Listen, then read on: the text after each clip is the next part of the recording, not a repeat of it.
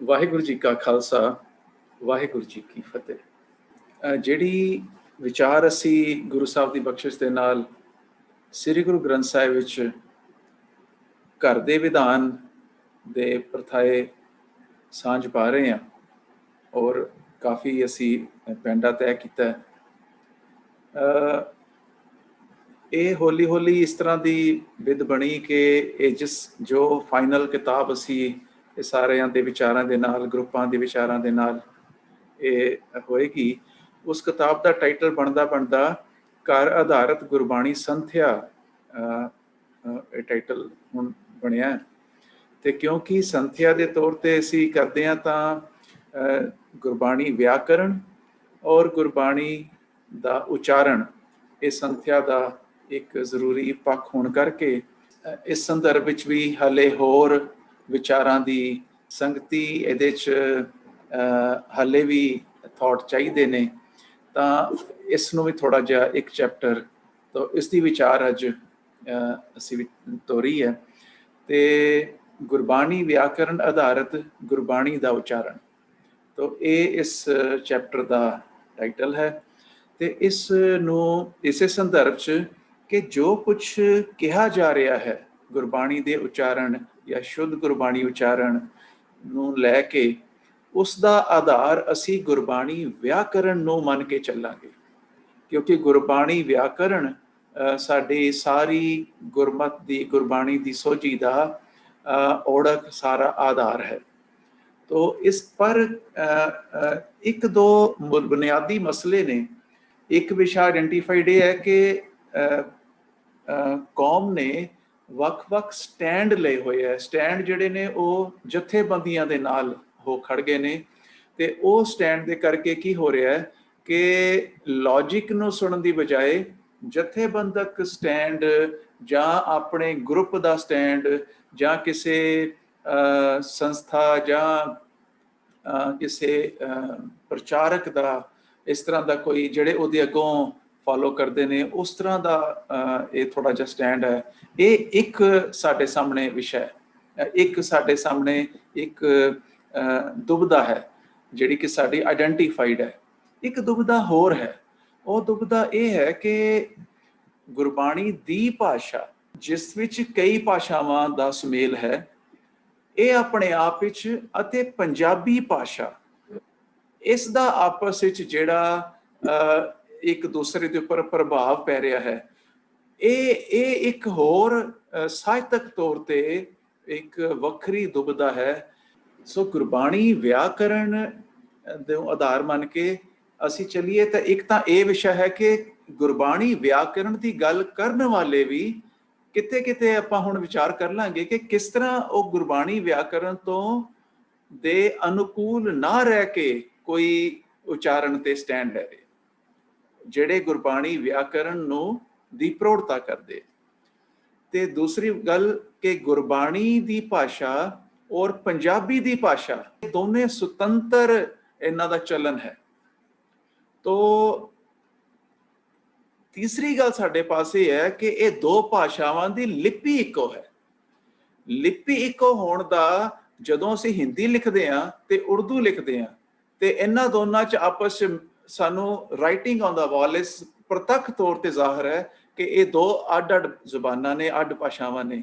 ਪਰ ਜਦੋਂ ਗੁਰਮੁਖੀ ਲਿਪੀ ਪੰਜਾਬੀ ਭਾਸ਼ਾ ਦੀ ਵੀ ਹੈ ਤੇ ਗੁਰਬਾਣੀ ਦੀ ਵੀ ਹੈ, ਜਦੋਂ ਲਿਪੀ ਦਾ ਦੋਨਾਂ ਦਾ ਸਾਂਝ ਹੈ ਲਿਪੀ ਦੀ, ਇਸ ਕਰਕੇ ਦੋਨਾਂ ਨੂੰ ਇੱਕੋ ਜਿਹਾ ਸਮਝਿਆ ਜਾਣ ਲੱਗ ਜਾਂਦਾ ਹੈ। ਇਹ ਇੱਕ ਬੜਾ ਹੀ ਸੂਖਮ ਸਾਹਿਤਕ ਔਰ ਬੁਨਿਆਦੀ ਇੱਕ ਦੁਬਿਧਾ ਹੈ ਜਿਹਦੇ ਕਰਕੇ ਕਈ ਉਲਝਣਾਂ ਬਾਅਦ ਚੋਂ ਖੜੀਆਂ ਹੁੰਦੀਆਂ ਹਨ, ਜਿਨ੍ਹਾਂ ਨੂੰ ਅਸੀਂ ਜਾਣਦੇ ਵੀ ਨਹੀਂ ਵੀ ਭਾਈ ਇਹ ਤਾਂ ਉਧਰ ਦਾ, ਇੱਧਰ ਕਿੱਥੇ ਆ ਗਿਆ। ਤੋ ਇਹ ਕਿਤੇ ਸਾਡਾ ਰੱਲਾ ਹੋ ਰਿਹਾ ਹੈ। ਤੋ ਦੋ ਭਾਸ਼ਾਵਾਂ ਦੀ ਜਦੋਂ ਲਿਪੀ ਇੱਕ ਹੈ ਤਾਂ ਇੱਕ ਭਾਸ਼ਾ ਦੇ ਨਿਯਮ ਜਿਹੜੇ ਉਹਦੇ ਵਿਆਕਰਣਕ ਨਿਯਮ ਨੇ ਉਹ ਦੂਸਰੀ ਭਾਸ਼ਾ ਦੇ ਉੱਪਰ ਸਹਿਜੇ ਹੀ ਔਰ ਅਚਨਚੇਤ ਅਸੀਂ ਲਾਗੂ ਕਿਤੇ ਕਰ ਬੈਠਦੇ ਹਾਂ। ਇੱਕ ਹੋਰ ਦੁਬਿਧਾ ਇਹ ਹੈ ਕਿ ਦੋ ਜਦੋਂ ਭਾਸ਼ਾਵਾਂ ਹੋਣ ਜਿਹਦੀ ਲਿਪੀ ਇੱਕੋ ਹੋਵੇ, ਉਹਨਾਂ ਵਿੱਚੋਂ ਇੱਕ ਭਾਸ਼ਾ ਹੋਏ ਹੁਣ ਦੀ ਅਜੋਕੀ, ਜਿਹੜੀ ਉਹ ਵੀ ਲਗਾਤਾਰ ਬਦਲ ਰਹੀ ਹੈ ਔਰ ਭਾਸ਼ਾਵਾਂ ਸਾਰੀਆਂ ਲਗਾਤਾਰ ਬਦਲਦੀਆਂ।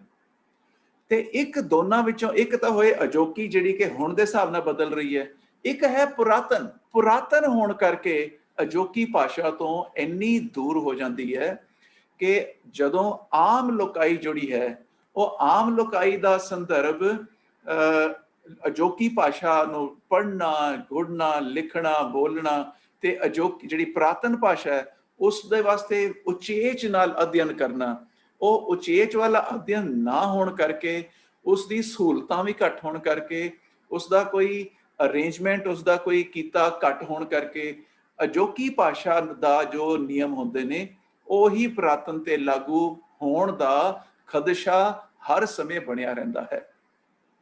ਹੁਣ ਸਾਡੇ ਸੰਦਰਭ 'ਚ ਜਦੋਂ ਦੋ ਭਾਸ਼ਾਵਾਂ ਨੇ, ਗੁਰਬਾਣੀ ਅਤੇ ਪੰਜਾਬੀ, ਤੇ ਸਾਡੇ ਕੋਲ ਪੰਜਾਬੀ ਭਾਸ਼ਾ ਬਣ ਜਾਂਦੀ ਹੈ ਅਜੋਕੀ ਜਿਹੜੀ ਹੁਣ ਦੀ ਭਾਸ਼ਾ ਹੈ, ਔਰ ਗੁਰਬਾਣੀ ਭਾਸ਼ਾ ਬਣ ਜਾਂਦੀ ਹੈ ਸਾਡੀ ਪੁਰਾਤਨ ਭਾਸ਼ਾ। ਤਾਂ ਇਸ ਕਰਕੇ ਇਹਨਾਂ ਦੋਨਾਂ ਦੀ ਲਿਪੀ ਗੁਰਮੁਖੀ ਲਿਪੀ ਹੈ, ਪਰ ਹੋ ਇਹ ਰਿਹਾ ਕਿ ਅਜੋਕੀ ਭਾਸ਼ਾ ਪੰਜਾਬੀ ਦੀ ਜਿਹੜੀਆਂ ਸਾਨੂੰ ਬਾਤਾਂ ਸੌਖੀਆਂ ਅਸੀਂ ਵਰਤਦੇ ਹਾਂ, ਰੋਜ਼ ਅਸੀਂ ਬੱਚਿਆਂ ਨਾਲ ਗੱਲਾਂ ਕਰਦੇ ਹਾਂ, ਉਹ ਉਹਨਾਂ ਗੱਲਾਂ ਨੂੰ ਸਾਡਾ ਜਿਹੜਾ ਪੰਜਾਬੀ ਦਾ ਇੱਕ ਵਚਨ ਹੈ, ਪੰਜਾਬੀ ਦਾ ਬਹੁਵਚਨ ਹੈ, ਪੰਜਾਬੀ ਦਾ ਉੱਤਮ ਪੁਰਖ ਹੈ, ਜਾਂ ਜਿਹਨੂੰ ਪਹਿਲਾ ਪੁਰਖ ਕਹਿੰਦੇ ਆ, ਜਾਂ ਮੱਧਮ ਪੁਰਖ ਹੈ, ਦੂਜਾ ਪੁਰਖ ਹੈ, ਜਾਂ ਅਨ ਪੁਰਖ ਹੈ, ਜਾਂ ਤੀਜਾ ਪੁਰਖ ਹੈ, ਇਹ ਸਾਨੂੰ ਰੋਜ਼ ਅਸੀਂ ਨਿਤ ਸੁਣਦੇ ਕਰਦੇ ਹਾਂ। ਤੇ ਇਹ ਸਾਡਾ ਇਸ ਅਨੁਸਾਰ ਅਸੀਂ ਚਾਹੁੰਦੇ ਹਾਂ ਕਿ ਗੁਰਬਾਣੀ ਵੀ ਇਸ ਅਨੁਸਾਰ ਸਮਝ ਆਏ। ਹੁਣ ਇੱਥੋਂ ਸਾਰੀ ਦੁਬਿਧਾ ਹੈ ਕਿ ਆਮ ਲੋਕਾਈ ਨੂੰ ਪੁਰਾਤਨ ਭਾਸ਼ਾਵਾਂ ਦੀ ਜਾਣਕਾਰੀ ਨਹੀਂ ਹੈ ਤੇ ਲਿਪੀ ਦੀ ਸਾਂਝ ਹੋਣ ਕਾਰਨ ਅਚਨਚੇਤ ਅਸੀਂ ਗੁਰਬਾਣੀ ਦੇ ਜਿਹੜੇ ਆ ਵਿਆਕਰਣਕ ਨਿਯਮ ਨੇ ਇਹ ਗੁਰਬਾਣੀ ਵਿੱਚੋਂ ਵੀ ਦੇਖਣਾ ਚਾਹੁੰਦੇ ਹਾਂ, ਜਾਂ ਗੁਰਬਾਣੀ ਨੂੰ ਇਹਨਾਂ ਦੇ ਪੰਜਾਬੀ ਦੀ ਐਨਕ ਲਾ ਕੇ ਗੁਰਬਾਣੀ ਨੂੰ ਅਸੀਂ ਜਦੋਂ ਸਮਝਦੇ ਹਾਂ ਤੇ ਉਹਦੇ ਵਿੱਚ ਸਾਡੇ ਸਮਝਣ ਵਿੱਚ ਵੀ ਤੇ ਸਾਡੇ ਉਚਾਰਨ ਵਿੱਚ ਵੀ ਉਹ ਉਸ ਦਾ ਉਹ ਪਰਛਾਵਾਂ ਆਉਂਦਾ ਹੈ। ਤੇ ਉੱਥੇ ਹੀ ਜਦੋਂ ਅਸੀਂ ਗੱਲ ਕਰਦੇ ਹਾਂ ਪ੍ਰੋੜ ਬਿਲਕੁਲ ਖਾਲਸ ਇੱਕ ਪਾਸੜੀ ਕਿ ਇਹ ਗੁਰਬਾਣੀ ਵਿਆਕਰਨ, ਇਹ ਗੁਰਬਾਣੀ ਵਿੱਚੋਂ ਨਿਕਲੀ ਗੱਲ ਹੈ, ਇਹ ਇਸ ਤਰ੍ਹਾਂ ਰਹਿਣੀ ਹੈ। ਅਸੀਂ ਉਸ ਤਰ੍ਹਾਂ ਭਾਵੇਂ ਹੁਣ ਕਰੀਏ ਜਾਂ ਨਾ ਕਰੀਏ, ਪਰ ਗੁਰਬਾਣੀ ਇਸ ਤਰ੍ਹਾਂ ਕਹਿੰਦੀ ਹੈ, ਉਹ ਥੋੜਾ ਕਰੰਟ ਹੈ, ਉਹ ਥੋੜਾ ਸਪਾਰਕ ਹੈ ਕਿ ਨਹੀਂ ਇਹਦੇ ਅਨੁਸਾਰ ਅਸੀਂ ਪੰਜਾਬੀ ਜਿਸ ਤਰ੍ਹਾਂ ਅਸੀਂ ਕਰਦੇ ਹਾਂ ਉਸ ਅਨੁਸਾਰ ਕਰਦੇ ਹਾਂ। ਤਾਂ ਇਹ ਥੋੜਾ ਜਿਹਾ ਇਸ ਵਿੱਚੋਂ ਸਾਨੂੰ ਉਚਾਰਨ ਦੀਆਂ ਪੰਜਾਬੀ ਦੇ ਉਚਾਰਨ ਦੀ ਤਾਂ ਕੋਈ ਸਮੱਸਿਆ ਨਹੀਂ ਹੈ, ਜੋ ਕਿ ਭਾਸ਼ਾ ਹੈ, ਔਰ ਇੰਨੇ ਬਦਲ ਰਹੇ ਨੇ ਸਾਡੇ ਦੁਆਬੇ ਦੇ, ਮਾਲਵੇ ਦੇ, ਔਰ ਕੁਝ ਲਹਿੰਦੇ ਦੇ, ਸਾਰੀਆਂ ਪੰਜਾਬੀਆਂ ਭਿੰਨ ਭਿੰਨ ਨੇ।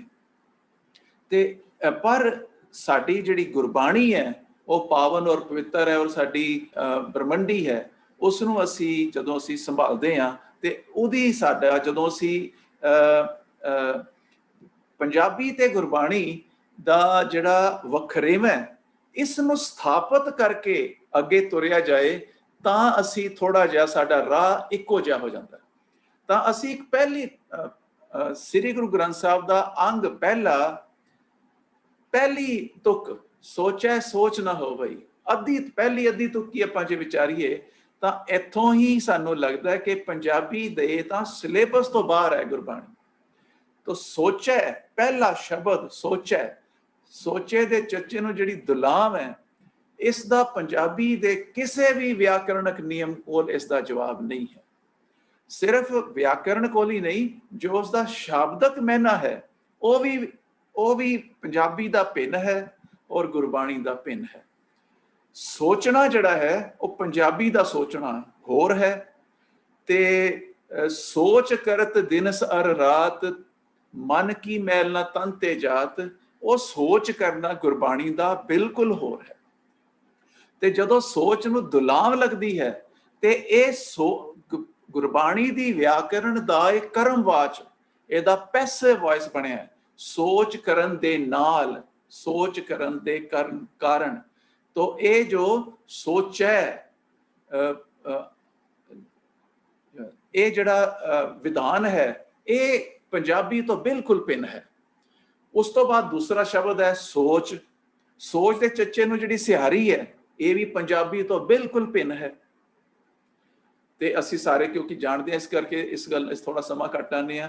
ਨੰਨਾ ਮੁਕਤਾ ਕੱਲਾ ਪੰਜਾਬੀ ਚ ਨਹੀਂ ਹੁੰਦਾ। ਨੰਨਾ ਹਮੇਸ਼ਾ ਕੰਨੇ ਨਾਲ ਆਉਂਦਾ, ਨਾ ਉਹ ਪੰਜਾਬੀ ਦਾ ਕੰਨੇ ਨਾਲ ਆਉਂਦਾ ਹੈ। ਇੱਥੇ ਨੰਨਾ ਮੁਕਤਾ ਵੀ ਹੈ ਤੇ ਨੰਨਾ ਕੰਨੇ ਨਾਲ ਵੀ ਹੈ, ਤਾਂ ਕਿਉਂਕਿ ਇਸ ਦੀ ਸਾਰੀ ਤੌਰ ਹੀ ਵੱਖਰੀ ਹੈ। ਤਾਂ ਹੋ ਵਈ ਜੋ ਹੈ, ਜਿਹੜੀਆਂ ਗੁਰਬਾਣੀ ਦੀਆਂ ਕਿਰਿਆਵਾਂ ਨੇ, ਇਸ ਕਿਰਿਆ ਸਾਨੂੰ ਸਭ ਤੋਂ ਮਹੱਤਵਪੂਰਨ ਸ਼ਬਦ ਇੱਕ ਤੁਕ ਵਿੱਚ ਗੁਰਬਾਣੀ ਦੇ ਹਿਸਾਬ ਨਾਲ ਕਿਰਿਆ ਹੈ। ਕਿਰਿਆ ਨੇ ਕਿਉਂਕਿ ਤੁਕ ਦਾ ਪੁਰਖ ਸਥਾਪਿਤ ਕਰਨਾ ਹੈ। ਪੁਰਖ ਮਤਲਬ ਪਹਿਲਾ ਪੁਰਖ, ਦੂਜਾ ਪੁਰਖ, ਤੀਜਾ ਪੁਰਖ, ਜਿਹਨੂੰ ਅਸੀਂ ਉੱਤਮ, ਮੱਧਮ ਤੇ ਅਨ ਪੁਰਖ ਵੀ ਕਹਿ ਸਕਦੇ ਹਾਂ। ਕਿਰਿਆ ਨੇ ਕਾਲ ਸਥਾਪਿਤ ਕਰਨਾ, ਜਿਹਨੂੰ ਕਹਿੰਦੇ ਆ present tense, future tense, past tense, ਵਰਤਮਾਨ ਕਾਲ, ਭਵਿੱਖ ਕਾਲ ਤੇ ਭੂਤ ਕਾਲ। ਸਿਰਫ ਕਿਰਿਆ ਨੇ ਦੱਸ ਦੇਣਾ, ਤੇ ਕਿਰਿਆ ਨੇ ਦੱਸ ਦੇਣਾ ਇਹ ਇੱਕ ਵਚਨ ਹੈ ਕਿ ਬਹੁਵਚਨ ਹੈ। ਤਾਂ ਕਿਰਿਆ ਇਸ ਕਰਕੇ ਸਭ ਤੋਂ ਮਹੱਤਵਪੂਰਨ ਹੈ। ਜੇ ਦੋ ਕਿਰਿਆਵਾਂ ਨੇ ਤੇ ਹਰ ਕਿਰਿਆ ਦੇ ਨਾਲ ਜਿਹੜੇ ਨਾਮ, ਪੜਨਾਮ, ਵਿਸ਼ੇਸ਼ਣ ਸੰਬੰਧਤ ਨੇ, ਉਹਨਾਂ ਦੇ ਪੁਰਖ, ਵਚਨ ਤੇ ਕਾਲ ਉਸ ਕਿਰਿਆ ਨੇ ਦੱਸਣੇ ਨੇ, ਦੂਸਰੀ ਕਿਰਿਆ ਨੇ ਦੂਸਰੇ ਦੱਸਣੇ ਨੇ। ਤੋ ਇਸ ਤਰ੍ਹਾਂ ਕਿਰਿਆ ਬਹੁਤ, ਪਰ ਸਾਨੂੰ ਪਹਿਲੀ ਗੁਰਬਾਣੀ ਦੀ, ਸ੍ਰੀ ਗੁਰੂ ਗ੍ਰੰਥ ਸਾਹਿਬ ਦੀ ਪਹਿਲੀ ਤੁਕ ਦੀ ਨਹੀਂ ਦੱਸਦਾ ਕਿ ਪੰਜਾਬੀ ਦਾ ਕੁਝ ਵੀ ਇੱਥੇ ਲਾਗੂ ਨਾ ਹੋ ਕੇ ਸਾਨੂੰ ਕੋਈ ਹੱਲ ਨਹੀਂ ਮਿਲ ਸਕਦਾ। ਤੋ ਇਹਦਾ ਹੱਲ ਵੱਖਰਾ ਹੈ, ਇਹ ਅਡਰਾ ਹੈ, ਸੁਤੰਤਰ ਹੈ ਕਿਸੇ ਵੀ ਭਾਸ਼ਾ ਤੋਂ। ਇਹਦੇ ਤੇ ਨਾ ਫਾਰਸੀ ਦਾ ਵਿਆਕਰਣ ਲੱਗਦਾ, ਨਾ ਇਹ ਤੇ ਸੰਸਕ੍ਰਿਤ ਦਾ ਵਿਆਕਰਣ ਲੱਗਦਾ, ਨਾ ਮੁਲਤਾਨੀ ਦਾ ਲੱਗਦਾ, ਨਾ ਬ੍ਰਿਜ ਦਾ ਲੱਗਦਾ, ਤੇ ਨਾ ਪੰਜਾਬੀ ਦਾ ਲੱਗਦਾ। ਇਹ ਗੁਰਬਾਣੀ ਵਿਆਕਰਣ ਸਾਰਿਆਂ ਤੋਂ ਵਿਲੱਖਣ ਔਰ ਸੁਤੰਤਰ ਹੈ। ਹੁਣ ਇਹ ਅਸੀਂ ਵਿਚਾਰ ਕੀਤੀ ਹੈ, ਤੇ ਅਸੀਂ ਹੁਣ ਅੱਗੇ ਚੱਲਦੇ ਹਾਂ ਕਿ ਗੁਰਬਾਣੀ ਦੀ ਵਿਆਕਰਣ ਵਿੱਚ ਪੰਜਾਬੀ ਦੀ ਵਿਆਕਰਣ ਦਾ ਰੱਲਾ ਕਰਨ ਦੀ ਸੋਚ ਹੀ ਗੁਰਬਾਣੀ ਦੀ ਅਸੀਂ ਪਹਿਲੀ ਤੁਕ ਤੋਂ ਹੀ ਸਮਝ ਲੈਂਦੇ ਹਾਂ। ਇਹ ਅਸੀਂ ਦੇਖ ਲਿਆ ਕਿ ਗੁਰਬਾਣੀ ਦਾ ਇੱਕ ਵਚਨ, ਬਹੁਵਚਨ, ਇਸਤਰੀ ਲਿੰਗ, ਪੁੱਲਿੰਗ, ਵਰਤਮਾਨ ਕਾਲ, ਭੂਤ ਕਾਲ, ਭਵਿੱਖ ਕਾਲ, ਇਹ ਸਾਰਾ ਗੁਰਬਾਣੀ ਵਿਆਕਰਣ ਦੇ ਆਧਾਰ ਤੇ ਹੋਏਗਾ। ਪੰਜਾਬੀ ਵਿਆਕਰਣ ਦਾ ਕੋਈ ਵੀ ਨਿਯਮ ਇਹਦੇ ਉੱਪਰ ਨਾ ਥੋਪਿਆ ਜਾ ਸਕਦਾ, ਨਾ ਰੱਲਾ ਕੀਤਾ ਜਾ ਸਕਦਾ, ਨਾ ਲਾਗੂ ਹੀ ਕੀਤਾ ਜਾ ਸਕਦਾ। ਤੋ ਇਸ ਸੋਚ ਦੇ ਏਕੀਕਰਨ ਦੇ ਨਾਲ ਅਸੀਂ ਅੱਗੇ ਤੁਰਦੇ ਹਾਂ। ਤੇ ਇਹ ਸਾਡਾ ਸੀ ਹੁਣ ਇੱਕ ਦੋ ਵਿਚਾਰਾਂ ਗੁਰਮੁਖੀ ਲਿਪੀ ਬਾਰੇ, ਜਿਹੜੀ ਸਾਡੀ ਸਾਂਝ ਹੈ ਗੁਰਬਾਣੀ ਔਰ ਪੰਜਾਬੀ ਦੀ। ਇਹ ਲਿਪੀ ਦਾ ਜਿਹੜਾ ਸਾਰਾ ਮੰਤਵ ਹੈ ਕਿ ਅੱਖਰ ਤੇ ਚਿੰਨ੍ਹ ਤੇ ਮਾਤਰਾਵਾਂ ਤੇ ਉਸ ਦੇ ਨਾਲ ਜੁੜੇ ਹੋਏ ਨਿਰਧਾਰਤ ਨਿਯਮ, ਇਹ ਲਿਪੀ ਦੇ ਨਾਲ ਸਥਾਪਿਤ ਨੇ ਵੀ ਇਹ ਲਿਪੀ ਸਾਨੂੰ ਕੀ ਕੁਝ ਦਿੰਦੀ ਹੈ। ਔਰ ਚੰਗੀ ਲਿਪੀ ਦਾ ਮਾਪਦੰਡ ਹੀ ਇਹ ਹੈ ਕਿ ਉਹਦੇ ਅੱਖਰ, ਉਹਦੇ ਮਾਤਰਾਵਾਂ, ਉਹਦੇ ਚਿੰਨ੍ਹ, ਉਸ ਦੀ ਬੋਲੀ ਲਈ। ਭਾਸ਼ਾ ਹੋਰ ਹੋ ਸਕਦੀ ਹੈ, ਪਰ ਲਿਪੀ ਇੱਕ ਹੈ, ਉਹ ਲਿਪੀ ਪ੍ਰਦਾਨ ਕਰਦੀ ਹੈ। ਹੁਣ ਜਿਵੇਂ ਅਸੀਂ ਮੁਹਾਰਨੀ ਹੈ, ਸਾਡੇ ਕੋਲ 35 ਦੀ ਮੁਹਾਰਨੀ, ਪੁਰਾਤਨ ਪੰਜਾਬੀ 35 ਦੀ ਮੁਹਾਰਨੀ ਤੇ ਖੜੀ ਹੈ। ਪੰਜਾਬੀ ਭਾਸ਼ਾ ਨੇ ਇੱਕ ਲਾਈਨ ਹੋਰ ਜੋੜ ਲਈ ਅੱਗੇ, ਪੈਰਾਂ 'ਚ ਲੱਲੇ ਨੂੰ ਹੀ ਪਾਤਾ, ਸੱਸੇ ਨੂੰ ਹੀ ਪਾਤਾ, ਹੋਰਾਂ ਨੂੰ ਹੀ ਪਾਤਾ, ਤੇ ਇੱਕ ਪੂਰੀ ਲਾਈਨ ਜੋੜ ਕੇ ਇੱਕ ਮੁਹਾਰਨੀ ਬਦਲ ਲਈ। ਜਿਹੜੀ ਰਚਨਾ, ਜਿਹੜੀ ਗੁਰਮੁਖੀ ਲਿਪੀ ਤੋਂ ਗੁਰੂ ਸਾਹਿਬ ਨੇ ਪੁਰਾਤਨ ਸਮੇਂ 'ਚ ਸਥਾਪਿਤ ਕਰਤੀ ਹੋਈ ਹੈ, ਉਹ ਸਥਾਪਿਤ ਹੈ। ਉਹ ਗੁਰਬਾਣੀ ਦੀ ਭਾਸ਼ਾ ਦਾ ਸਾਂਝ ਸਿਰਫ ਲਿਪੀ ਦੀ ਹੈ, ਪਰ ਲਿਪੀ ਨੇ ਇੱਕ ਹੋਰ ਭਾਸ਼ਾ ਨੂੰ ਜਨਮ ਦਿੱਤਾ ਜਿਹੜੀ ਪੰਜਾਬੀ ਹੈ। ਉੱਥੇ ਉਹਦੀ ਮੁਹਾਰਨੀ ਵਿੱਚ ਦੋ ਲਾਈਨਾਂ ਕੱਲ ਨੂੰ ਹੋਰ ਵੀ ਪੈ ਜਾਣ, ਕੋਈ ਇਤਰਾਜ਼ ਨਹੀਂ ਹੈ। ਇਹ ਸਮੇਂ ਦੇ ਨਾਲ ਜਿਹੜੀ ਭਾਸ਼ਾ ਦੀ ਵਰਤੋਂ ਵਿਹਾਰ 'ਚ, ਜਿਹੜੀ ਬੋਲ ਚੱਲਦੀ ਭਾਸ਼ਾ ਹੈ, ਉਸਨੇ ਸਮੇਂ ਤੇ ਸਥਾਨ ਦੇ ਨਾਲ ਹਮੇਸ਼ਾ ਬਦਲਣਾ ਹੈ। ਤੇ ਇਸ ਕਰਕੇ ਇਹ ਉਹਦੀ ਮੁਹਾਰਨੀ ਵੱਧ ਵੀ ਸਕਦੀ, ਘਟ ਵੀ ਸਕਦੀ ਹੈ, ਇਹ ਸਾਰਾ ਚੱਲੇਗਾ। ਪਰ ਜਿਹੜਾ ਹੈ ਕਿ ਇਹਨਾਂ ਦੋਨਾਂ ਦਾ ਜਿਹੜਾ ਆਪਸੀ ਸਾਂਝ ਤੇ ਆਪਸੀ ਮਰਿਆਦਾ, ਉਸ ਨੂੰ ਸਮਝਣ ਦੀ ਲੋੜ ਹੈ ਕਿ ਪੰਜਾਬੀ ਦੀ ਕੋਈ ਬਦਲਾਅ ਗੁਰਬਾਣੀ ਤੇ ਰਿਫਲੈਕਟ ਨਹੀਂ ਹੋ ਸਕਦਾ। ਗੁਰਬਾਣੀ ਨੇ ਬਦਲਾਅ ਹੋਣਾ ਹੀ ਨਹੀਂ ਚਾਹੀਦਾ, ਕਿਉਂਕਿ ਸਾਡਾ ਪੁਰਾਤਨ ਆਧਾਰ ਹੈ, ਸਾਡਾ ਉਹ ਆਦਿ ਗ੍ਰੰਥ ਹੈ, ਸਾਡਾ ਉਹ ਪਾਵਨ ਸ੍ਰੀ ਗੁਰੂ ਗ੍ਰੰਥ ਸਾਹਿਬ ਹੈ। ਉਸ ਦੇ ਵਿੱਚ ਬਦਲਾਅ ਨਹੀਂ ਹੋ ਸਕਦਾ। ਤੋ ਇਸ ਕਰਕੇ ਜਿਹੜਾ ਵੀ ਬਦਲਾਅ ਚਲਦੀ ਭਾਸ਼ਾ ਵਿੱਚ ਹੋਏ, ਉਹ ਹੋ ਸਕਦਾ ਹੈ। ਤੋ ਇਸ ਦੇ ਨਾਲ ਇਹਨਾਂ ਦੇ ਭਾਸ਼ਾਵਾਂ, ਲਿਪੀ ਔਰ ਇਹ ਜਿਹੜੀ ਸਾਂਝ ਹੈ, ਸਾਂਝ ਔਰ ਵਖਰੇਵੇਂ ਦੀ ਮਰਿਆਦਾ ਨੂੰ ਅਸੀਂ ਸਮਝਣਾ। ਇੱਕ ਸਾਡੇ ਸਾਹਮਣੇ ਆਉਂਦਾ ਹੈ, ਇੱਕ ਅਸੀਂ ਉਦਾਹਰਨ ਲੈਂਦੇ ਆ, ਅੰਗਰੇਜ਼ੀ ਦੀ ਅਸੀਂ ਸਾਰੇ ਅਸੀਂ ਅੰਗਰੇਜ਼ੀ ਸਿੱਖਦੇ ਆ, ਜਿਹੜੇ ਬਦਲਣ ਦੀ ਕੋਈ ਗੱਲ ਵੀ ਕਰਦੇ ਆ ਉਹ ਵੀ ਅੰਗਰੇਜ਼ੀ ਭਾਸ਼ਾ ਸਿੱਖਦੇ ਆ। ਇੱਕ READ ਰੀਡ, ਇਸ ਨੂੰ ਰੈਡ ਵੀ ਪੜ੍ਹਾਉਂਦੇ ਨੇ ਸਾਨੂੰ। ਹੁਣ ਇੱਕੋ ਸਪੈਲਿੰਗ ਹੈ, ਇਹਦਾ ਹਿਜਾ ਇੱਕੋ ਹੈ, ਪਰ ਇਸ ਦੇ ਉਚਾਰਨ ਚ ਸਾਨੂੰ ਦੋ ਪੜ੍ਹਾਉਂਦੇ ਨੇ, ਅਸੀਂ ਦੋ ਯਾਦ ਕਰਦੇ ਹਾਂ ਵੀ ਕਿੱਥੇ ਨੂੰ ਰੀਡ ਬੋਲਣਾ, ਕਿੱਥੇ ਨੂੰ ਰੈਡ ਬੋਲਣਾ। ਤੇ ਉਸ ਵੇਲੇ ਜਦੋਂ ਅਸੀਂ ਰੀਡ ਦਾ ਰੈਡ ਕਰਦੇ ਨੇ ਸਾਡੇ ਕੋਲੋਂ, ਤਾਂ ਅਸੀਂ ਉਹਨਾਂ ਦਾ ਨਿਯਮ ਜਾਣ ਕੇ ਵੀ ਭਾਈ ਇਹ ਬੜਾ ਪਾਵਨ ਨਿਯਮ ਹੈ, ਇਹ ਇੰਗਲਿਸ਼ ਜੇ ਅਸੀਂ ਸਮਝਦੇ ਹਾਂ, ਚ ਅੰਗਰੇਜ਼ੀ ਭਾਸ਼ਾ ਨੂੰ ਸਿੱਖਣਾ ਹੈ ਤੇ ਸਾਨੂੰ ਇਹ ਜਿਵੇਂ ਉਹ ਕਹਿੰਦੇ ਨੇ ਉਵੇਂ ਹੀ ਸਿੱਖਣਾ। ਅਸੀਂ ਜਦੋਂ ਰੀਡ ਦਾ ਰੈਡ ਕਰ ਦਿੰਦੇ ਨੇ, ਉਦੋਂ ਅਸੀਂ ਉਹ ਇੱਕ ਰੈਡ ਪੂਰਾ ਵੱਖਰਾ ਲਫ਼ਜ਼ ਹੈ ਜਿਹਦਾ ਲਾਲ ਰੰਗ ਦਾ ਮਤਲਬ ਹੀ ਹੋਰ ਹੈ, RED ਰੈਡ। ਤੇ READ ਰੈਡ ਜਿਹੜਾ ਹੈ ਉਹਦਾ ਪਾਸਟ ਟੈਂਸ ਹੋਰ ਤਰ੍ਹਾਂ ਦਾ ਚੱਲਦਾ। ਤੇ ਇਹ ਜਿਹੜਾ ਹੈ, ਉਸ ਵੇਲੇ ਅਸੀਂ ਇਹ ਉਚਾਰਨ ਚ ਉਹਨਾਂ ਦਾ ਇੱਕ ਤਰ੍ਹਾਂ ਦਾ ਸਾਹਮਣੇ ਨੁਕਸ ਸਾਹਮਣੇ ਆ ਗਿਆ। ਇੱਕੋ ਉਚਾਰਨ ਦੇ ਦੋ ਭਿੰਨ ਸ਼ਬਦ ਨੇ, ਪਰ ਇਹ ਅਸੀਂ ਉਸ ਨੂੰ ਪ੍ਰਵਾਨ ਕਰਦੇ ਹਾਂ ਕਿਉਂਕਿ ਇਹ ਇੱਕ ਭਾਸ਼ਾ ਨੇ ਕਿਹਾ ਵੀ ਜੇ ਅੰਗਰੇਜ਼ੀ ਬੋਲਣੀ ਤੇ ਇਦਾਂ ਕਰਨਾ, ਤਾਂ ਅਸੀਂ ਉਹਨੂੰ ਪ੍ਰਵਾਨ ਕਰਦੇ ਹਾਂ। ਤਾਂ ਅੰਗਰੇਜ਼ੀ ਬੋਲਣੀ ਤੇ ਇਹੋ ਹੀ ਬੋਲਣੀ ਪਵੇਗੀ। ਤਾਂ ਉਸੇ ਤਰ੍ਹਾਂ, ਠੀਕ ਉਸੇ ਤਰ੍ਹਾਂ ਗੁਰਬਾਣੀ ਦੀ ਭਾਸ਼ਾ ਆਪਣੇ ਆਪ ਵਿੱਚ ਇੱਕ ਸੁਤੰਤਰ ਭਾਸ਼ਾ ਹੈ। ਇਸ ਦਾ ਵਿਆਕਰਣ ਵੀ ਸੁਤੰਤਰ ਹੈ। ਗੁਰਬਾਣੀ ਦੀ ਭਾਸ਼ਾ ਦਾ ਵਿਆਕਰਣ ਨਾ ਤਾਂ ਫਾਰਸੀ ਵਿਆਕਰਣ ਤੇ ਆਧਾਰਿਤ ਹੈ, ਨਾ ਪੰਜਾਬੀ ਭਾਸ਼ਾ ਤੇ ਆਧਾਰਿਤ ਹੈ, ਨਾ ਸੰਸਕ੍ਰਿਤ ਤੇ ਨਾ ਹੀ ਕਿਸੇ ਵੀ ਹੋਰ ਜਿਹੜੀਆਂ ਭਾਸ਼ਾਵਾਂ ਇਹਦੇ ਚ ਹਨ। ਇਹ ਗੁਰਬਾਣੀ ਨੇ ਭਾਰੀ ਮਾਣ ਪ੍ਰਦਾਨ ਕੀਤਾ ਹੈ ਕਿ ਕਿਸੇ ਹੋਰ ਭਾਸ਼ਾ ਦਾ ਕੋਈ ਸ਼ਬਦ ਉਸ ਨੂੰ ਗੁਰਬਾਣੀ ਦੇ ਵਿੱਚ ਸ਼ਾਮਲ ਕੀਤਾ ਹੈ, ਉਸ ਨੂੰ ਸਥਾਨ ਪ੍ਰਦਾਨ ਕੀਤੀ ਹੈ। ਤੇ ਪਰ ਨਿਯਮਾਵਲੀ ਗੁਰਬਾਣੀ ਵਿੱਚ ਆਉਣ ਤੋਂ ਬਾਅਦ ਗੁਰਬਾਣੀ ਦੀ ਉਸ ਸ਼ਬਦ ਤੇ ਲਾਗੂ ਹੋ ਜਾਂਦੀ ਹੈ। ਪਰ ਗੁਰੂ ਸਾਹਿਬ ਨੇ ਜਿੱਥੇ ਲੋੜ ਸਮਝੀ ਹੈ ਉਸ ਸ਼ਬਦ ਨੂੰ ਇਨ ਬਿਨ ਰੱਖਿਆ ਹੈ। ਕਿੱਥੇ ਜਿੱਥੇ ਨਹੀਂ ਲੋੜ ਸਮਝੀ ਵੀ ਇਸ ਨੂੰ ਗੁਰਬਾਣੀ ਦੀ ਪ੍ਰਧਾਨਤਾ ਹੈ, ਗੁਰਬਾਣੀ ਵਿੱਚ ਜੇ ਉਸ ਸ਼ਬਦ ਨੂੰ ਬਦਲਾ ਕੇ ਰੱਖਣਾ ਹੈ ਤਾਂ ਇਹ ਦੋ ਸਾਹਿਤਕ ਸ਼ਬਦਾਵਲੀ ਚੱਲਦੀ ਹੈ। ਉਹਦੇ ਵਿੱਚ ਇਹਨੂੰ ਕਹਿੰਦੇ ਤਤਸਮ ਸ਼ਬਦ ਤੇ ਤਦਭਵ ਸ਼ਬਦ। ਤਤਸਮ ਕਹਿੰਦੇ ਨੇ ਕਿ ਜੇ ਸਾਹਮਣੇ ਸਮਝ ਲਓ ਵੀ ਸੇਮ, ਸਮਾਂਤਰ, ਜਿਵੇਂ ਪਿਛਲੀ ਭਾਸ਼ਾ ਸੀਗਾ, ਭਾਵੇਂ ਉਹ ਮੁਲਤਾਨੀ ਚ ਹੋਏ, ਭਾਵੇਂ ਬ੍ਰਿਜ ਚ ਹੋਏ, ਭਾਵੇਂ ਸੰਸਕ੍ਰਿਤ ਚ ਹੋਏ, ਭਾਵੇਂ ਉਹ ਫਾਰਸੀ ਚ ਹੋਏ, ਭਾਵੇਂ ਪੰਜਾਬੀ ਚ ਹੋਏ, ਜਾਂ ਸਾਧ ਭਾਸ਼ਾ ਇੱਕ ਬਹੁਤੀ ਸਭ ਤੋਂ ਜ਼ਿਆਦਾ ਭਾਸ਼ਾ ਜਿਹੜੀ ਇਹ ਪ੍ਰਯੋਗ ਹੁੰਦੀ ਹੈ ਸ੍ਰੀ ਗੁਰੂ ਗ੍ਰੰਥ ਸਾਹਿਬ ਚ, ਉਹ ਸਾਧ ਭਾਸ਼ਾ ਹੈ। ਤੋ ਜੇਕਰ ਉਸੇ ਭਾਸ਼ਾ ਦਾ ਜਿਹੜੀ ਉਸਦੀ ਮੂਲ ਭਾਸ਼ਾ ਹੈ ਉਹ ਸ਼ਬਦ ਨੂੰ ਇਨ ਬਿਨ ਚੁੱਕ ਕੇ ਗੁਰਬਾਣੀ ਵਿੱਚ ਵਰਤੋਂ ਲਿਆਈ ਜਾ ਰਹੀ ਹੈ, ਤਾਂ ਇਹ ਤਾਂ ਹੋ ਜਾਏਗਾ ਤਤਸਮ ਸ਼ਬਦ। ਪਰ ਜੇ ਗੁਰੂ ਸਾਹਿਬ ਨੇ ਲੋੜ ਮਹਿਸੂਸ ਕੀਤੀ, ਉਸ ਨੂੰ ਬਦਲ ਕੇ ਗੁਰਬਾਣੀ ਦੇ ਵਹਿਣ ਵਿੱਚ, ਜੋ ਗੁਰਬਾਣੀ ਦਾ ਸਮੁੱਚਾ ਵਹਿਣ ਹੈ, ਜੋ ਉਸ ਗੁਰਬਾਣੀ ਦਾ ਸਮੁੱਚਾ ਪ੍ਰਕਰਣ ਹੈ, ਜੋ ਉਸ ਦਾ ਭਾਸ਼ਾ ਦਾ ਜੋ ਆਕਾਰ ਹੈ, ਉਹਦੇ ਵਿੱਚ ਵਹਿਣ ਵਾਸਤੇ ਜਦੋਂ ਉਹ ਬਦਲਾਅ ਕੀਤੇ, ਉਹਨਾਂ ਨੂੰ ਬੋਲਦੇ ਤਦਭਵ ਸ਼ਬਦ।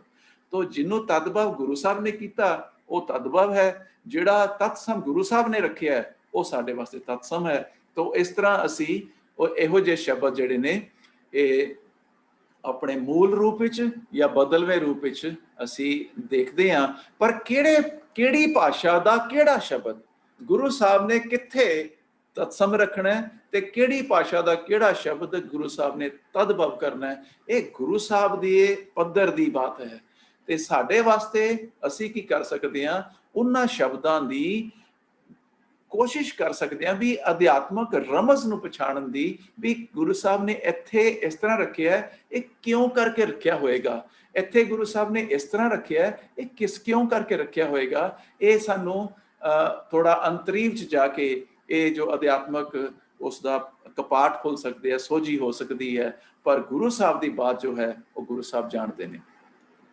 ਪਰ ਸਾਨੂੰ ਸਮੁੱਚੀ ਸਾਧ ਸੰਗਤ ਨੂੰ ਗੁਰੂ ਸਾਹਿਬ ਦੇ ਹਰ ਨਿਰਦੇਸ਼ ਨੂੰ ਜਿਸ ਤਰ੍ਹਾਂ ਅਸੀਂ ਪਾਲਣਾ ਕਰਦੇ ਹਾਂ, ਉਸ ਤਰ੍ਹਾਂ ਗੁਰੂ ਸਾਹਿਬ ਨੇ ਜਿਸ ਤਰ੍ਹਾਂ ਸਾਰੀਆਂ ਭਾਸ਼ਾ ਦੇ ਗਿਆਤਾ ਨੇ, ਉਹਨਾਂ ਨੇ ਸਾਰੀ ਭਾਸ਼ਾਵਾਂ ਦੇ ਸ਼ਬਦਾਂ ਨੂੰ ਲਿਆ ਔਰ ਉਹ ਸਾਰੀਆਂ ਧੁਨੀਆਂ ਜਿਹੜੀਆਂ ਉਸ ਵੇਲੇ ਸੀਗੀਆਂ, ਇੱਕ ਵਿਚਾਰ ਚੱਲਦੀ ਹੈ ਬੜੀ ਸ਼ਸ਼ੇ ਦੀ ਧੁਨੀ ਦੀ।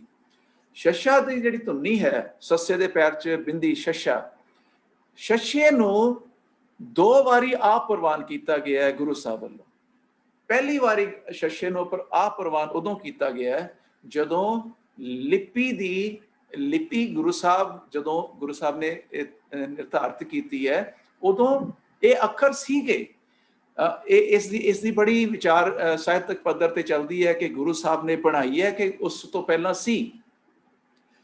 ਬਹੁਤੇ ਕਰਕੇ ਇਹ ਚੱਲਦਾ ਹੈ ਕਿ ਇਹ ਸਾਰਾ ਕੁਝ ਸੀ, ਇਹ ਸਾਰਾ ਕੁਝ ਵਰਤੋਂ ਚ ਸੀ ਪਹਿਲਾਂ, ਪੁਰਾਤਨ ਪੰਜਾਬੀ ਕਹਿ ਲਈਏ ਜਾਂ ਉਹਦੇ ਵਿੱਚ ਸੀ, ਜਾਂ ਹੋਰ ਜਿਹੜੇ ਪੁਰਾਣੇ ਜਿਹੜੀ ਹੈ ਭਗਤ ਜਿਹੜੇ ਹੋਏ ਨੇ ਉਹਨਾਂ ਨੇ ਇਹ ਵਾਲੇ ਸ਼ਬਦਾਂ ਦੀ ਵਰਤੋਂ ਕੀਤੀ ਹੋਈ ਹੈ।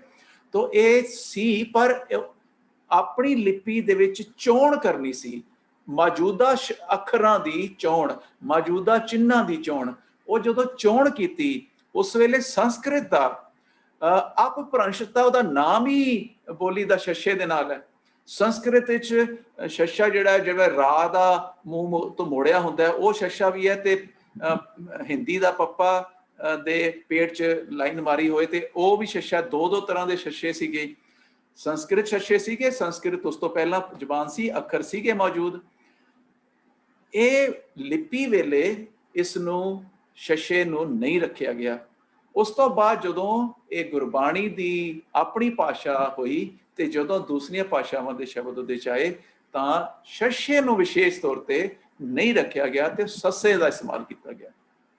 ਇਹਦੇ ਹਰ ਧੁਨੀ ਸਾਨੂੰ ਗੁਰਬਾਣੀ ਦੇ ਜਦੋਂ ਇੱਕ ਅਸੀਂ ਤੁਕ ਬੋਲਦੇ ਹਾਂ ਉਹਦੇ ਨਾਲ ਇੱਕ ਧੁਨੀ ਹੈ, ਅਧਿਆਤਮਕਵਾਦ ਹੈ, ਉਹਦੇ ਆਸ-ਪਾਸ ਇੱਕ ਔਰ ਹੈ। ਤਾਂ ਉਹਦੇ ਵਿੱਚ ਉਹਨਾਂ ਨੇ ਸ਼ਸ਼ੇ ਨੂੰ ਮਿਸਫਿਟ ਸਮਝਿਆ ਤੇ ਇਹ ਸੱਸਾ ਸਾਰੇ ਪਾਸੇ ਗੁਰਬਾਣੀ 'ਚ ਚੱਲਿਆ। ਤੇ ਇਸ ਕਰਕੇ ਇਹ ਜੋ ਤਤਸਮ ਤੇ ਤਦਭਵ ਸ਼ਬਦ ਇਹਨਾਂ ਦਾ ਇੱਕ ਮੋਢਲਾ ਜੋ ਇਹ ਚਰਚਾ ਹੁੰਦੀ ਹੈ ਸ਼ਸ਼ੇ ਦੀ ਇਸੇ ਕਰਕੇ ਹੁੰਦੀ ਹੈ।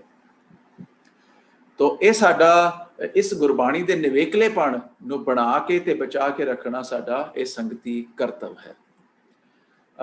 ਹੁਣ ਗੁਰਬਾਣੀ ਉਚਾਰਨ ਦੀਆਂ ਪ੍ਰਣਾਲੀਆਂ ਮੇਰੀ ਜਾਚੇ ਜੋ ਕੁਝ ਮੈਂ ਦੇਖ ਸਕਿਆ, ਕੁਝ ਜਿਹੜੇ ਸਾਰਿਆਂ ਦੀਆਂ ਕਿਤਾਬਾਂ ਉਚਾਰਨ ਦੀਆਂ ਪੜ੍ਹਨ ਤੋਂ ਬਾਅਦ, ਤੇ ਇੱਕ ਪ੍ਰਣਾਲੀ ਹੈ ਕਿ ਇਨ ਬਿਨ ਉਚਾਰਨ ਪ੍ਰਣਾਲੀ। ਇਨ ਬਿਨ ਉਚਾਰਨ ਪ੍ਰਣਾਲੀ ਦਾ ਭਾਵ ਇਹ ਹੈ ਕਿ ਜਿਵੇਂ ਜਿੱਥੇ ਕੋਈ ਮਾਤਰਾ ਲਿਖੀ ਹੋਈ ਹੈ, ਜਿਵੇਂ ਜੋ ਸਾਨੂੰ ਦਿਸਦਾ ਹੈ, ਇਹ ਸਾਨੂੰ ਉਸ ਤਰ੍ਹਾਂ ਇਨ ਬਿਨ ਉਸਨੂੰ ਪੜ੍ਹਨਾ ਚਾਹੀਦਾ ਹੈ। ਸਾਰੀਆਂ ਲਗਾ ਮਾਤਰਾ ਨੂੰ ਇਨ ਬਿਨ, ਸਾਰੇ ਅੱਖਰਾਂ ਦੀਆਂ ਸਾਰੀਆਂ ਮਾਤਰਾਵਾਂ ਨੂੰ ਇਨ ਬਿਨ ਉਚਾਰਨ ਕਰਨਾ, ਇਹ ਇੱਕ ਪ੍ਰਣਾਲੀ ਹੈ। ਇਹਨੂੰ ਅਸੀਂ ਕਹਿ ਦਿੰਦੇ ਹਾਂ ਇਨ ਬਿਨ ਉਚਾਰਨ ਪ੍ਰਣਾਲੀ। ਤਾਂ ਇਸ ਇਨ ਬਿਨ ਨੂੰ ਪ੍ਰਵਾਨ ਕਰਨ ਵਿੱਚ ਔਕੜਾਂ ਨੇ, ਉਲਝਣਾਂ ਨੇ, ਤਾਂ ਇਸ ਦਾ ਅਸੀਂ ਵਿਚਾਰ ਵੱਖਰੇ ਤੌਰ ਤੇ ਕਰ ਸਕਦੇ ਹਾਂ। ਇਹ ਪਹਿਲੀ ਪ੍ਰਣਾਲੀ ਹੈ। ਅਰਥ ਲਗਾ ਉਚਾਰਨ ਲਗਾ ਪ੍ਰਣਾਲੀ। ਤਾਂ ਇਹ ਦੂਸਰੀ ਪ੍ਰਣਾਲੀ ਇਹ ਹੈ ਕਿ ਕੁਝ ਜਿਹੜੀਆਂ ਲਗਾ ਨੇ ਇਹ ਉਚਾਰਨ ਵਾਸਤੇ ਨਹੀਂ ਹਨ। ਤਾਂ ਇਹ ਜਿਹੜੀ ਹੈ ਇਹ ਆਪਣੇ ਆਪ 'ਚ ਇਹ ਅੱਧੀ ਤਾਂ ਹੋ ਜਾਂਦੀ ਹੈ। ਕੁਝ ਲਗਾ ਉਚਾਰਨ ਕਰਨੀਆਂ ਨੇ ਤੇ ਕੁਝ ਲਗਾ ਨਹੀਂ ਕਰਨੀਆਂ ਨੇ। ਤਾਂ ਜਿਹੜੀਆਂ ਕਰਨੀਆਂ ਨੇ ਉਹ ਕਿਉਂ ਕਰਨੀਆਂ ਨੇ ਤੇ ਜਿਹੜੀਆਂ ਨਹੀਂ ਕਰਨੀਆਂ ਉਹ ਕਿਉਂ ਨਹੀਂ ਕਰਨੀਆਂ, ਇਸ ਦੇ ਵਿੱਚ ਥੋੜਾ ਹੋਰ ਇਸ ਦੀ ਥ੍ਰੈਸ਼ਿੰਗ ਜਿਹੜੀ ਹੈ ਉਹ ਥੋੜਾ ਹੋਰ ਇਸ ਦਾ ਮੰਥਨ ਇਹ ਵਾਲਾ ਪ੍ਰਣਾਲੀ ਮੰਗਦੀ ਹੈ। ਪਰ ਜਦੋਂ ਅਸੀਂ ਜਿਸ ਇਸ ਪ੍ਰਣਾਲੀ ਤਹਿਤ ਜਦੋਂ ਜਿਹੜੀਆਂ ਲਗਾਂ ਦੀ ਉਚਾਰਨ ਨਹੀਂ ਕਰਦੇ, ਉਹਨਾਂ ਲਗਾਂ ਨੂੰ ਜਿਹੜਾ ਗੁਰਬਾਣੀ ਸਰਵਣ ਕਰ ਰਿਹਾ ਉਸ ਨੂੰ ਉਸ ਦਾ ਕਿਵੇਂ ਪਹੁੰਚਾਈਆਂ ਜਾ ਸਕਦੀਆਂ, ਕਿ ਉਸ ਨੂੰ ਪਹੁੰਚਾਉਣ ਦੀ ਲੋੜ ਹੈ ਕਿ ਨਹੀਂ ਹੈ। ਤਾਂ ਇਸ ਸਾਰੇ ਚੀਜ਼ ਵਾਸਤੇ ਇਸ ਦਾ ਆਹੀ ਮੰਥਨ ਦੀ ਲੋੜ ਹੈ ਕਿ ਅਸੀਂ ਇਸ ਨੂੰ ਕਿਵੇਂ ਨਿਰਧਾਰਿਤ ਕਰ ਸਕਦੇ ਹਾਂ ਕਿ ਇਹ ਵਾਲੀ ਚੀਜ਼ ਇਸ ਤੋਂ ਬਿਨਾਂ ਸਰਦ ਹੈ। ਉਹ ਹੁਣ ਇਹ ਮੰਥਨ ਦੀ ਲੋੜ ਹੈ ਕਿ ਜਿਹੜੀਆਂ ਅਸੀਂ ਨਹੀਂ ਉਚਾਰਨ ਕਰਨੀਆਂ ਉਸ ਦਾ ਅਸਰ ਕੀ ਪਏਗਾ। ਕਿ ਜੇ ਤਾਂ ਇਸ ਦੇ ਨਾਲ ਕੋਈ ਅਸਰ ਨਹੀਂ ਪੈਂਦਾ, ਉਸ ਨੂੰ ਸਾਰਾ ਪਤਾ ਲੱਗ ਰਿਹਾ ਹੈ, ਉਸ ਨੂੰ ਗੁਰਬਾਣੀ ਕਲਯੁਗ ਮੇਂ ਕੀਰਤਨ ਪ੍ਰਧਾਨਾ, ਕੀਰਤਨ ਦੀ ਪ੍ਰਧਾਨਤਾ ਹੈ, ਸਹਿਜ ਪਾਠ ਸਾਡੀ ਰਹੁ ਰੀਤ ਹੈ ਔਰ ਅਸੀਂ ਅਖੰਡ ਪਾਠ ਸੁਣਦੇ ਹਾਂ ਔਰ ਗੁਰਦੁਆਰਿਆਂ 'ਚ ਪਾਠ ਸਰਵਣ ਕੀਤਾ ਜਾਂਦਾ ਹੈ, ਸੰਗਤ ਦੇ ਤੌਰ ਤੇ ਬੈਠ ਕੇ ਚੌਕੜਾ ਮਾਰ ਕੇ ਸਰਵਣ ਕਰਦੇ ਹਾਂ। ਜਿਹੜੀਆਂ ਲਗਾਂ ਦਾ ਉਚਾਰਨ ਨਾ ਕਰਨ ਦਾ ਫੈਸਲਾ ਹੋਇਆ ਹੈ, ਇਸ ਦਾ ਸਿਰਫ ਇਹੀ ਮੰਥਨ ਲੋੜੀਂਦਾ ਹੈ ਕਿ ਉਸ ਜਿਹੜੇ ਪ੍ਰਾਣੀ ਉੱਤੇ ਸੁਣ ਰਹੇ ਨੇ ਸੰਗਤੀ ਤੌਰ ਤੇ, ਉਹਨਾਂ ਤੱਕ ਵਿਆਕਰਣਕ ਬੋਧ ਸਾਰਾ ਪਹੁੰਚ ਰਿਹਾ ਕਿ ਨਹੀਂ ਪਹੁੰਚ ਰਿਹਾ। ਉਚਾਰਨ ਦਾ, ਸ਼ੁੱਧ ਗੁਰਬਾਣੀ ਉਚਾਰਨ ਦਾ ਪਹਿਲਾ ਟੀਚਾ ਹੀ ਇਹ ਹੈ कि सरवण करने वाले नूं जो सुन रही है बाणी, जिस दे सामने बाणी लिखी नहीं हुई, उसनूं किस तरह का उच्चारण होए कि उसनूं सारा बोध हो जाए कि उसनूं कुछ छुटे ना ਉਹਦੇ ਵਾਸਤੇ। ਤੇ ਕੀ ਜਿਹੜਾ ਆ ਜਿਹੜੀਆਂ ਲਗਾ ਜਿਹੜੀ ਆ ਪ੍ਰਣਾਲੀ ਹੈ, ਕੀ ਇਸ ਗੱਲ ਦਾ ਧਿਆਨ ਰੱਖਿਆ ਗਿਆ ਕਿ ਨਹੀਂ ਰੱਖਿਆ ਗਿਆ, ਇਹ ਇਸ ਦਾ ਥੋੜਾ ਮੰਥਨ ਦੀ ਲੋੜ ਹੈ। ਪਰ ਇਹ ਪ੍ਰਣਾਲੀ ਇਹ ਦੂਸਰੀ ਤਰ੍ਹਾਂ ਦੀ ਪ੍ਰਣਾਲੀ ਹੈ। ਤੀਸਰੀ ਪ੍ਰਣਾਲੀ ਉਹ ਹੈ ਕਿ ਜਿਸ ਨੂੰ ਅਸੀਂ ਕਹੀਏ ਅਵਰਾ ਧੁਨੀ ਪ੍ਰਣਾਲੀ, ਜਿਹਦੇ ਵਿੱਚ ਗੁਰਬਾਣੀ ਵਿੱਚ ਜਿਹੜੇ ਗੁਰੂ ਸਾਹਿਬ ਨੇ ਸਭ ਸ਼ਬਦ ਤਦਭਵ ਕੀਤੇ ਨੇ, ਉਹਨਾਂ ਨੂੰ ਇਹ ਪ੍ਰਣਾਲੀ ਤਤਸਮ ਕਰਨ ਦੀ ਪ੍ਰੋੜਤਾ ਕਰਦੀ ਹੈ ਕਿ ਇਹਨੂੰ ਵਾਪਸ ਤਤਸਮ ਕੀਤਾ ਜਾਏ। तो इस प्रणाली तहत ये थोड़ी होर वधेरे मंथन मंगदी है कि ये कितना उचित है ते कितना अणउचित है। ते असी अंग्रेज़ां वांगू क्यों नहीं कह सकते भाई ये रीड नूं रेड ही बोलना पेगा, रेड नूं रीड ही बोलना पेगा। ते ये असी ये क्यों नहीं कह सकांगे कि गुरबाणी विच इस शब्द नूं इस तरह ही असी बोलते हैं, ये गुरबाणी च इस तरह ही किया जाता है। तो पर असी इनू तत्सम कहण दा एक प्रणाली है, ये तीसरी प्रणाली असी कह सकते हैं। एक होर प्रणाली है वो नासकी प्रणाली है। नासकी प्रणाली च होंदा है कि कुछ इहो जे शब्द ने जिन्हां नूं मेरी जाचे पंजाबी दे बहुवचन ते पंजाबी दे पहले पुरख उत्तम पुरख दे प्रभाव अधीन गुरबाणी दे शब्दां दे उपर बिंदियां ला के उन्हां नूं पंजाबी दे वांगू पेश किया जाता है, पंजाबी दे वांगू बनाया जाता है। ते उहदे नाल की है कि पर इहदे विच थोड़ा इस दे बहुत मंथन की लोड़ है कि गुरबाणी व्याकरण च पहला पुरख ते बहुवचन दा अपना वखरा विधान है। वो विधान सानू दसदा है कि पहला पुरख की हुंदा है और बहुवचन की हुंदा है। चार प्रणालियां असी मोटे तौर पर कह सकते हैं। असीं दोबारा देखते हैं। इन बिन उच्चारण प्रणाली जिहड़ी सी विचारी है, अर्थ लगा ते उच्चारण लगा प्रणाली, अवरा धुनी प्रणाली अते नासकी प्रणाली। ते जिहड़ी सारियां दे मेल दे नाल थोड़ा थोड़ा जिहड़ियां असी चंगियां गल्लां सारियां प्रणाली तो लईए ते असी चाहीदी साडे कोल की है कि असी गुरबाणी व्याकरण आधारित गुरबाणी उच्चारण ਉਹਦੇ ਵਿੱਚ ਕਿਹੜੀ ਗੱਲ ਕਿਹੜਾ ਨਾਸਕੀ गुरबाणी व्याकरण अनुसार अनुकूल है, ठीक है, आधार गुरबाणी व्याकरण रखा जाए। ते जेकर गुरबाणी व्याकरण अनुसार पहला पुरख वखरे तौर पर स्थापित होता है, उसनूं उहदे उत्ते जे असीं बिंदी भी लाने आ ते वो थोड़ा सानूं गुरबाणी व्याकरण ते अनुकूल नहीं है। ते जेकर बिंदी ला के असीं की स्थापित कर रहे हैं ते उहदा की फायदा हो रहा है ते उसका की नुकसान हो रहा है, इस मंथन की लोड़ है। इस तरह ये नासकी वास्ते भी अवरा धुनी वास्ते भी ते जड़ियां लगा छड़ियां ने उन्हां नूं छड्डणियां जरूरी पैणियां, पर सानू करना पैना कि इनू मंथन करके देख लिए कि औड़क साडे पास जो टीचा वो टीचा ये है कि जिस पाठ दे जिस कीर्तन दे उच्चारण दे नाल सारा व्याकरणक बोध कीर्तन और पाठ सरवण करन दे कन्ना राही उसनूं सारा पता लगे। उच्चारण का मैंडेट भी यही है, मंतव भी यही है और यही इसका टीचा भी है। साडा सब तो शुद्ध उच्चारण वो होएगा जिहड़ा कि ये सारे व्याकरणक बोध नूं पाठ और कीर्तन सरवण करने वाले तक पहुँचाए।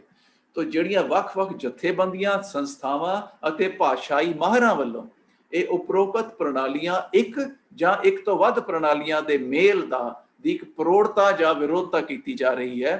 ਪਰ ਸਾਨੂੰ ਚਾਹੀਦਾ ਕਿ ਗੁਰਬਾਣੀ ਉਚਾਰਨ ਦੀਆਂ ਪ੍ਰਣਾਲੀਆਂ ਗੁਰਸਿੱਖਾਂ ਵੱਲੋਂ ਹੀ ਗੁਰਬਾਣੀ ਦੇ ਭਾਵੇਂ ਸਾਰਿਆਂ ਵੱਲੋਂ ਇਹ ਆਪਣੀ ਆਪਣੀ ਸੋਚ ਅਨੁਸਾਰ ਗੁਰਬਾਣੀ ਨੂੰ ਲੋਕਾਈ ਤੱਕ ਪਹੁੰਚਾਉਣ ਦੇ ਉਪਰਾਲੇ ਨੇ। ਆਪਣੇ ਵੱਲੋਂ ਚੰਗੀ ਸੋਚ ਦੇ ਨਾਲ ਹਰ ਕੋਈ ਕਰ ਰਿਹਾ ਵੀ ਇਸ ਦੇ ਨਾਲ ਗੁਰਬਾਣੀ ਦਾ ਅੱਗੇ ਜਾਏਗੀ, ਗੁਰਬਾਣੀ ਦੀ ਸੇਵਾ ਹੋਏਗੀ। ਪਰ ਸਾਰੀਆਂ ਪ੍ਰਣਾਲੀਆਂ ਦੇ विचार तो बाद ये स्पष्ट सिट्टा कढ़िया जा सकता है कि अजिही कोई भी गुरबाणी की उच्चारण प्रणाली नहीं है जिस अनुसार गुरबाणी के पाठ का अजिहा उच्चारण होंदा होए जिस दे सरवण करन नाल, उच्चारण सरवण करन वास्ते है, जिस दे सरवण करन नाल गुरबाणी सरवण करने वाले नूं ਗੁਰਬਾਣੀ ਦਾ ਸੰਪੂਰਨ ਵਿਆਕਰਨਕ ਬੋਧ ਹੁੰਦਾ ਹੋਵੇ। ਤੋ ਅਜਿਹਾ ਇਹ ਨਹੀਂ ਹੈ। ਤੋ ਇਸ ਦਾ ਇਹ ਕਿਵੇਂ ਹੋ ਸਕਦਾ ਹੈ? ਇਹਦੇ ਪਰਥਾਏ ਸਾਡੇ ਪਾਸ ਜੋ ਹੈ ਉਹ ਹੈ ਗੁਰਬਾਣੀ ਵਿਆਕਰਨ ਆਧਾਰਿਤ ਗੁਰਬਾਣੀ ਉਚਾਰਨ। ਵਾਹਿਗੁਰੂ ਜੀ ਕਾ ਖਾਲਸਾ, ਵਾਹਿਗੁਰੂ ਜੀ ਕੀ ਫਤਿਹ।